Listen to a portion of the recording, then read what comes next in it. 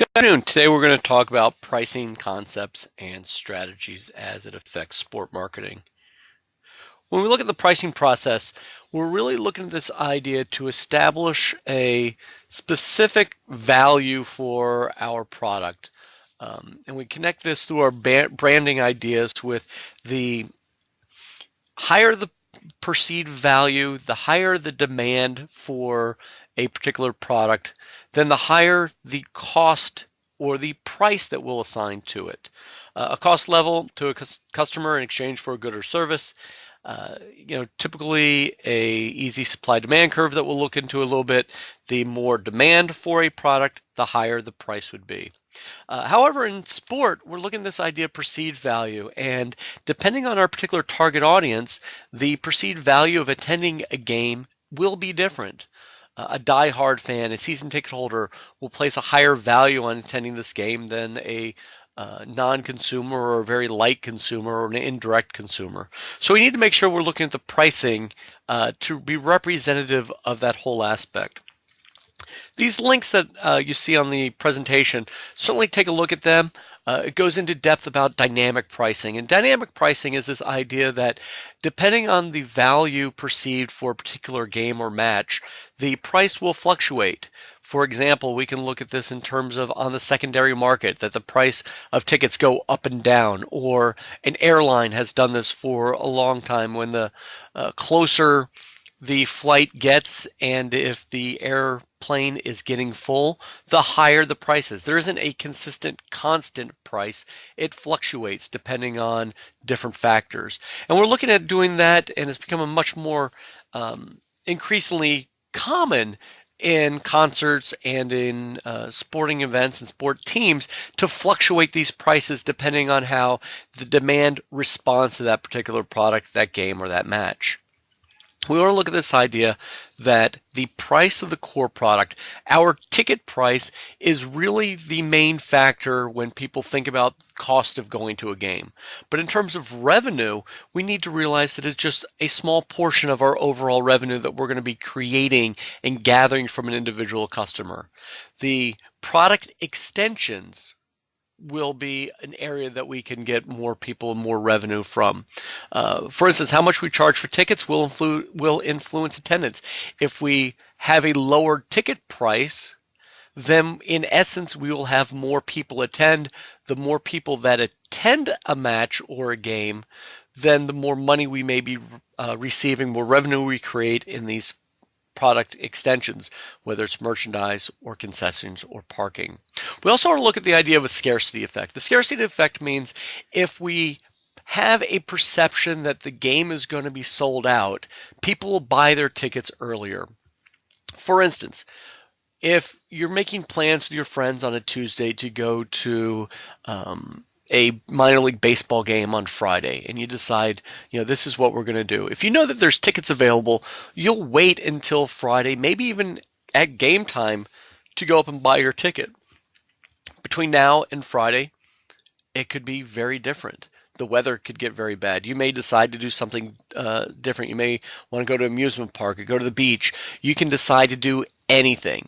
However, if you know that you need to buy your tickets now, or you won't be able to go to the baseball game, that there's a scarcity of that product, you're going to buy your tickets now, this lock in. So when we look at this idea, maybe building stadia, one of the major factors that we've looked at as stadia, especially for baseball, has gone down and soccer has gone down and moved into their own parks, is this idea that we're limiting the number of tickets so people want to buy their tickets earlier. Also, when you receive the money earlier, when people buy their tickets, then the perception when game day happens is that we have more revenue, more money to spend. For instance, when you go to a football game and you've already paid for your tickets months ago, you go forgetting that you've really paid that because that's a sunk cost.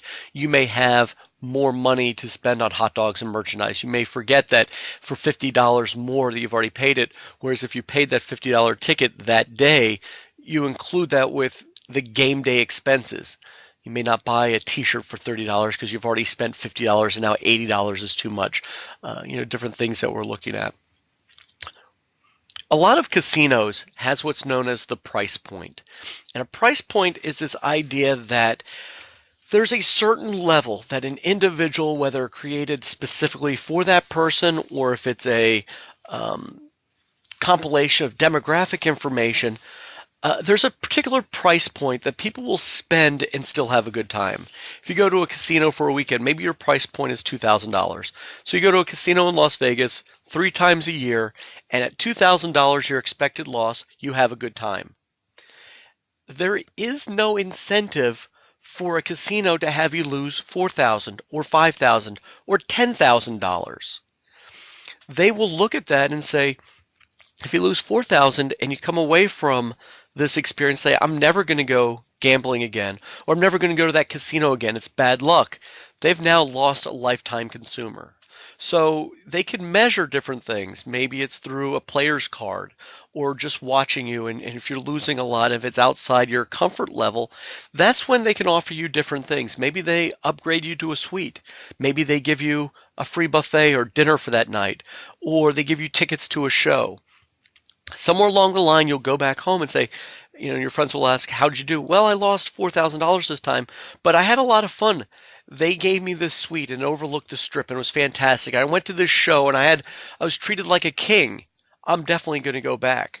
So we need to look at what that price point is. We need to realize that there's a certain level that people will respond to, a certain expectation that people will feel comfortable with spending money, and we want to get to that point, but we don't want to push it over, because if that's the case, then it's going to be very difficult for us to keep them going long term. We look at this idea of a common problem that we've had in sport, and it's something that as non-sport marketers and sport fans, we kind of default to this idea. If we have excess inventory of our tickets, that it's better to give out tickets and have people go for free and maybe spend money on hot dogs and concessions and merchandise than it is have that ticket to go free, that incremental revenue. Well, one issue that we're looking for in a long-term effect, it's causing a lot of problems. And here's a couple of examples of teams that are doing things differently. The Philadelphia Phillies are still giving out free tickets if they have excess inventory. However, they're creating a PR campaign focus with it, that in order to get these tickets, you need to show some sort of fan avidity. So they've gone out and given out free tickets to people wearing Philadelphia Phillies paraphernalia and merchandise and hats and shirts. Interesting way to do it, because you're rewarding fans and getting fans to go to games, not just anybody. We also look at the long-term effect of the Syracuse Chiefs. Syracuse Chiefs used to have a lot of free tickets where people would just, whether they're a Little League baseball team or nonprofit or what happens, you would get your free ticket and then you'd go to the games. Problem is that people were so used to getting free tickets that they weren't buying tickets. So a new general manager came to the Syracuse Chiefs a year or two ago, and he decided that we're not going to give out free tickets anymore. We'll do different things to get people in. Maybe instead of giving them to Little League Baseball, you have an opportunity with the Little League Baseball where you can sell them for the team. Take a $5 ticket and split the revenue. So it's a fundraiser for the team. So it's not just a free ticket. One thing that we're looking at, arguably, in a number of different areas is the fact that if you continually to decrease the price of your ticket, if you continually to decrease the value of that ticket, then people aren't going to be paying money for it. For instance, if you are a long-term season ticket holder to a college football team and you're paying $40 for your seat and you're buying 3 or 4 seats a game, let's say 4 season tickets at $40 a seat plus a $500 donation to the athletic department. So you're all in for $2,000 or so a year for these tickets, which includes some good games and a lot of mediocre games and a couple of bad games. If you see that the sports organization, the college, is continually decreasing prices, instead of $40, if they're giving out tickets, buy one, get one free, or $15 tickets, special promotions, not saying that there's different price levels within the stadium, but comparable tickets to yours for a decreased price throughout the season. Why would you ever be a season ticket holder? And I think that's an issue for a number of different colleges as we're looking around the country and seeing attendance go down is a short-term incentive to get rid of inventory and have price reductions has a dramatic long-term effect. If I'm a season ticket holder spending $2,000 a year on many bad games, I'm not going to spend that $2,000 anymore. I'm going to wait for these cheaper tickets, or at the very least buy the cheaper tickets to the lesser games and take my chances on StubHub or just buy the good games.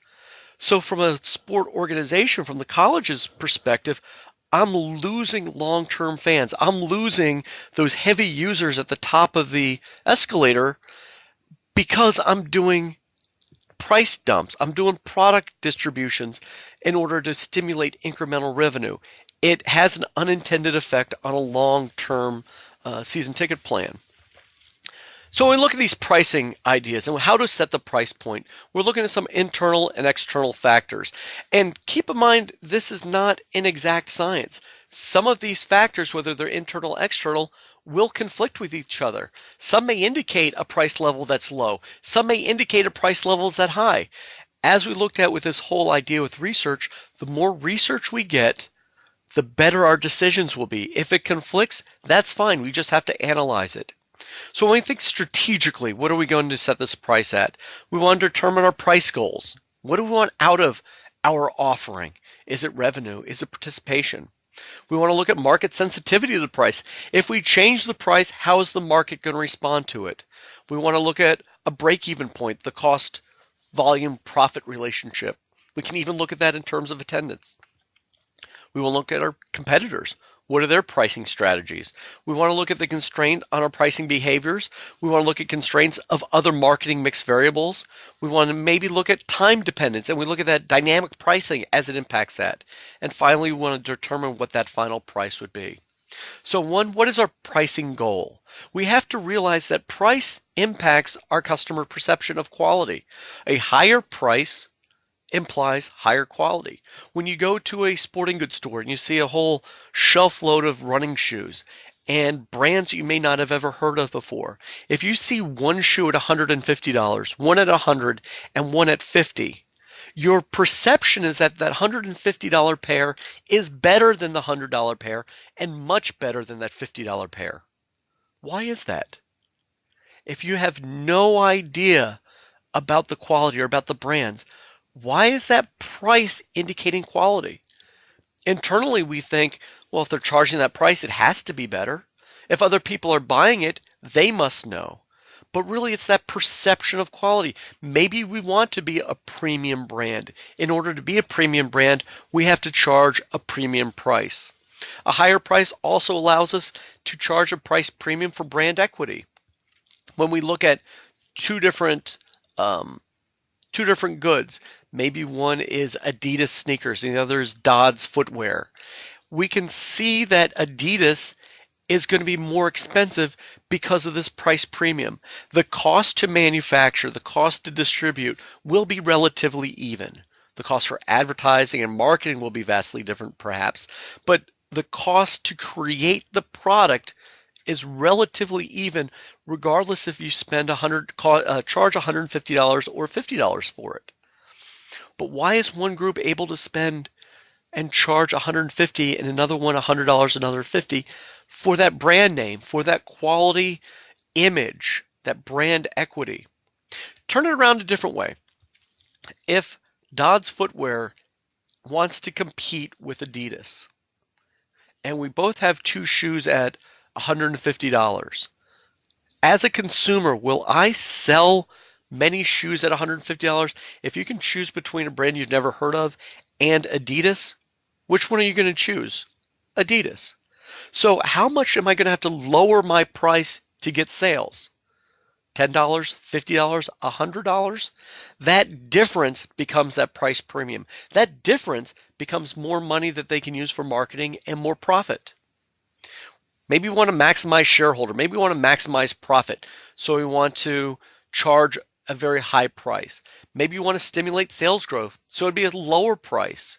Maybe we're a very innovative company, so we need to create money for research and development. Maybe we want to have a communal aspect to it. Maybe we're looking at getting people to play our summer soccer leagues. So we want to get as many kids as possible to play, so we want to charge a lower price.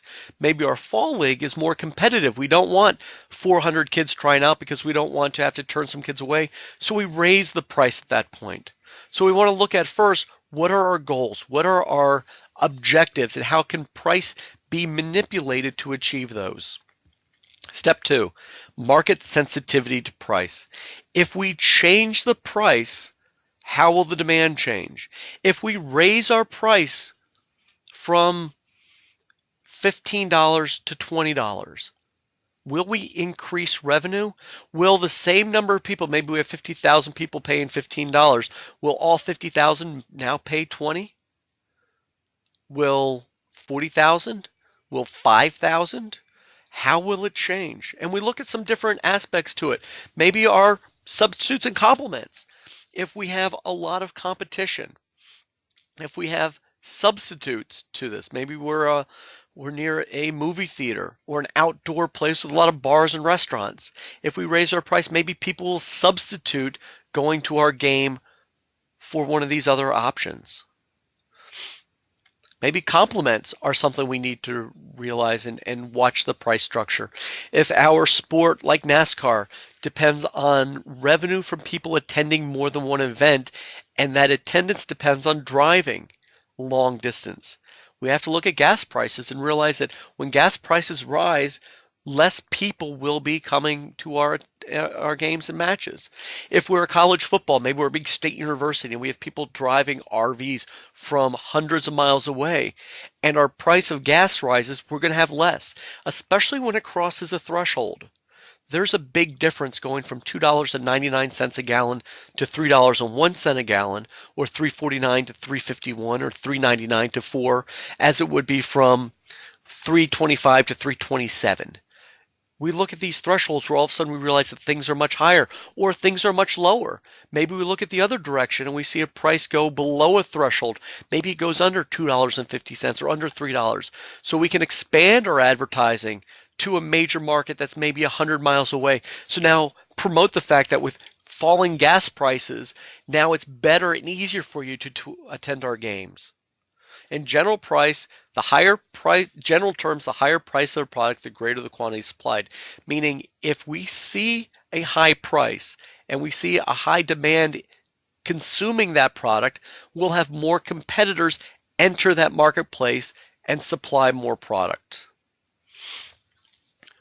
We can look at the supply-demand curve to represent that. At a higher demand, a higher price, we're going to have more supply. That more supply, in essence, draws people down. So we look at this price elasticity, this relationship between the rise and fall of the price of the product, depending on the rise and small change in the quantity demanded. We can look at elastic, inelastic, and unit elasticity. Going through your economics background, I'm sure you can relate to this very easily. I look at this new slide, the price elasticity demand, and I begin to understand A, B, and C. In graph A, it's an inelastic demand. The fall percentage of the quantity demanded is less than the rise in price. So we rise percentage of price a certain amount, and the demanded is less than that. So organizations will benefit because the number of customers lost will be less than the gain in revenue, meaning we have 50,000 people in our attendance buying tickets.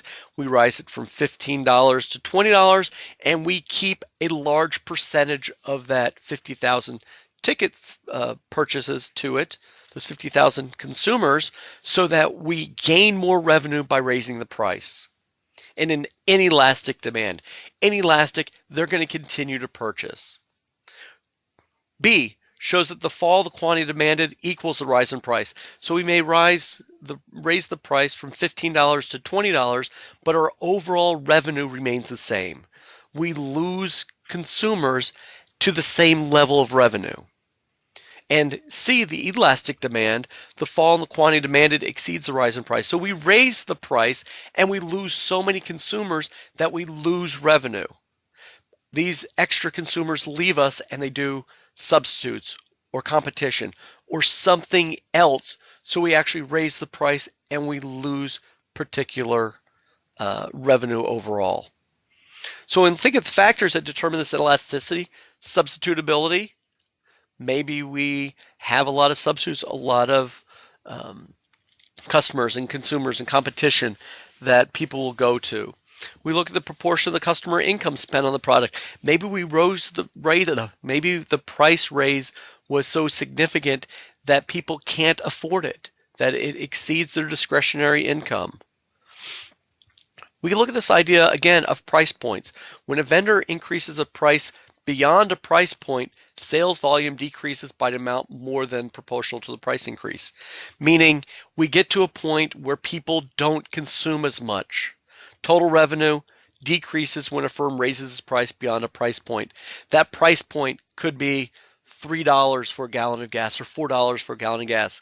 Or in a sport term, raising the price of a hot dog maybe from $3.50 to $4, where at $4 people decide it's not worth buying a hot dog.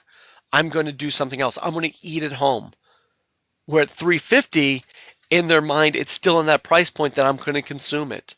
At some aspect, we need to find research on this with our individual consumers as well as what we do in other areas of what that price point is, so we can make sure that we're pricing everything underneath that level, that threshold that people are going to continue to purchase our product.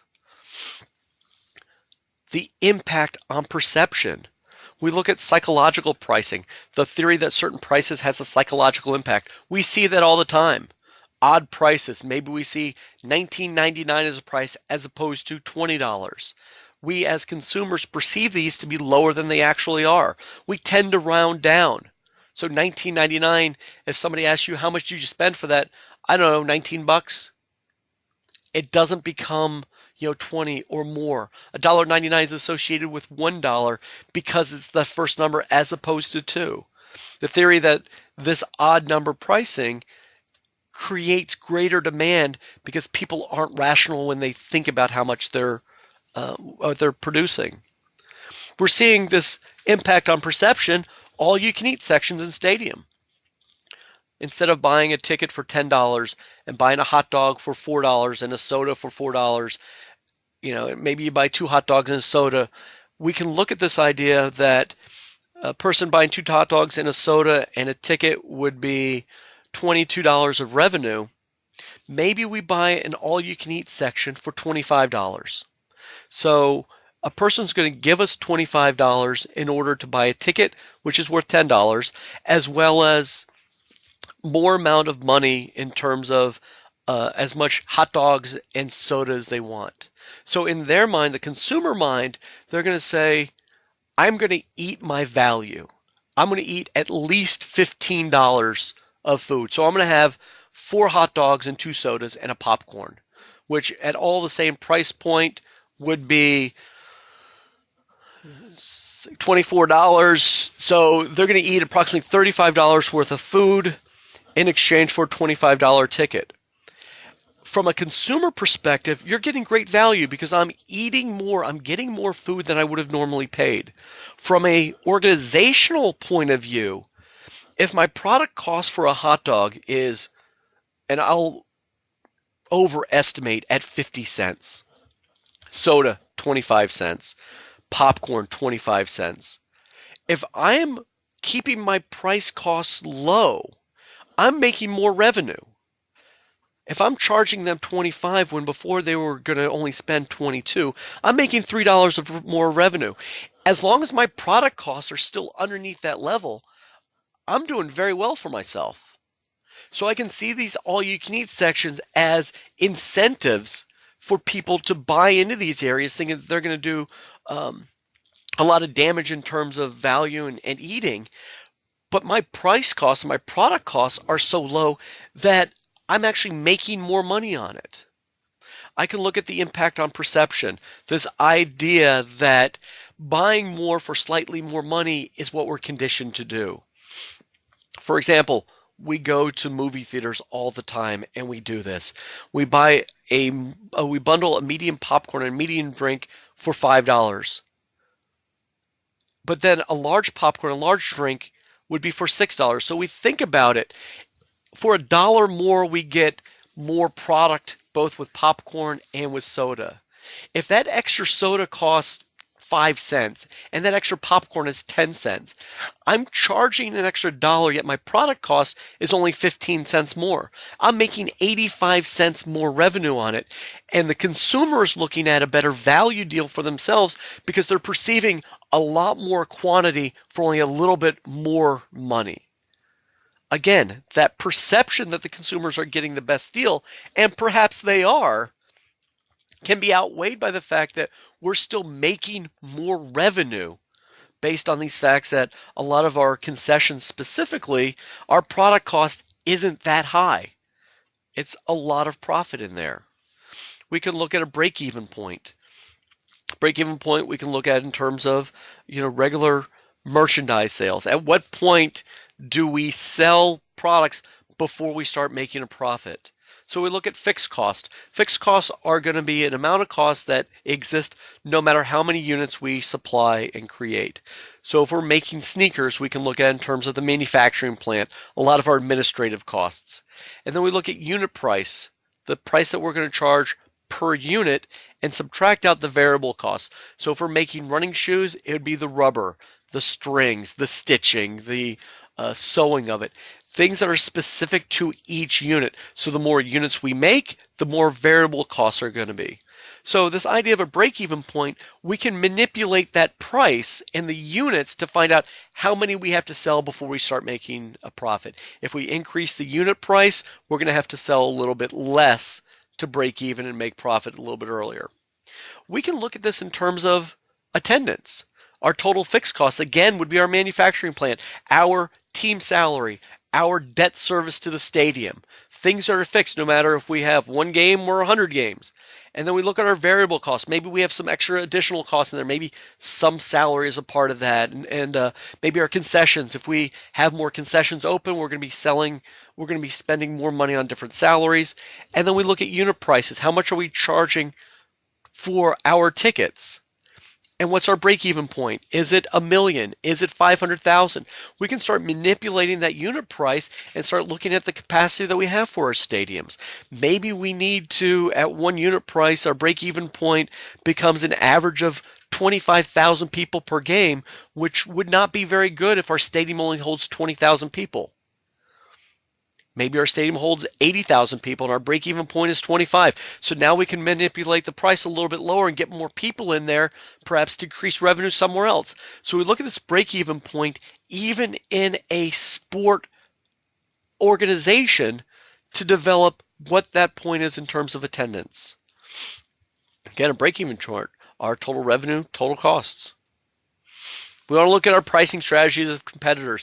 We want to know, how are they going to change? Are they premium people? Are they less expensive? If we raise our price, what are they going to do?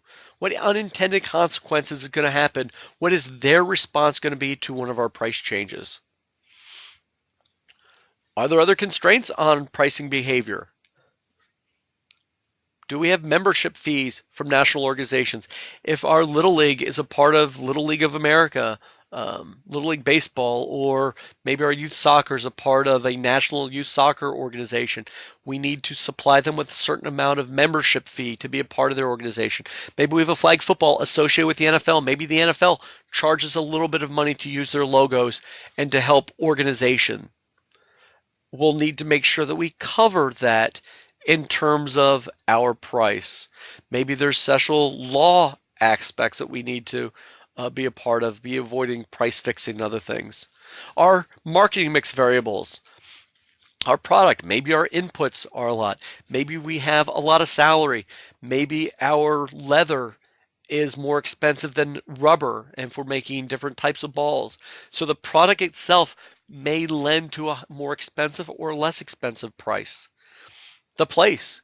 Did we just build a new stadium? Do we own the stadium? Did we have to pay a lot for the stadium? Or did we have somebody donate that? Our taxpayers buy it for us. Our promotions. Are we doing a lot of television advertising? Are we advertising on the Super Bowl, on the Academy Awards?